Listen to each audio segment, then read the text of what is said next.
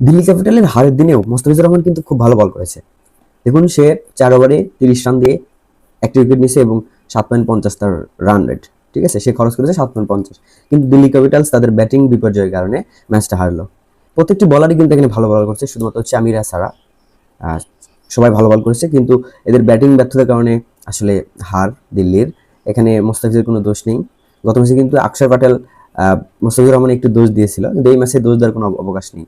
সে দুর্দান্ত বোলিং করেছে এবং রানও খুব একটা বেশি না, 180, 180 রান, খুব একটা বেশি না টি-20 ম্যাচে।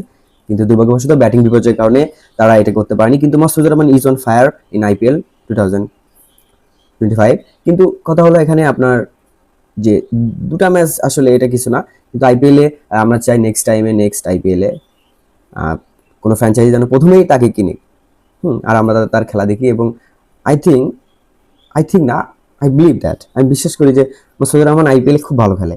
কোথাও ভালো খেলুক আর না খেলুক, কিন্তু আইপিএলে কিন্তু খুব ভালো খেলে, এটা শিওর, এটা মানতে হবে। দু একটা সিজন ছাড়া প্রত্যেকটা সিজনই কিন্তু সে he is a good play. Okay, so আমরা নেক্সট টাইম চাই যে আইপিএলে যেন শুরু থেকে থাকে মুস্তাফিজুর রহমান।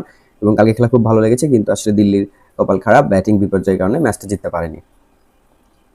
তো আশা করি সবাই ভালো থাকবেন এবং নেক্সট টাইমে আবার দেখা হবে। Bye bye, tata.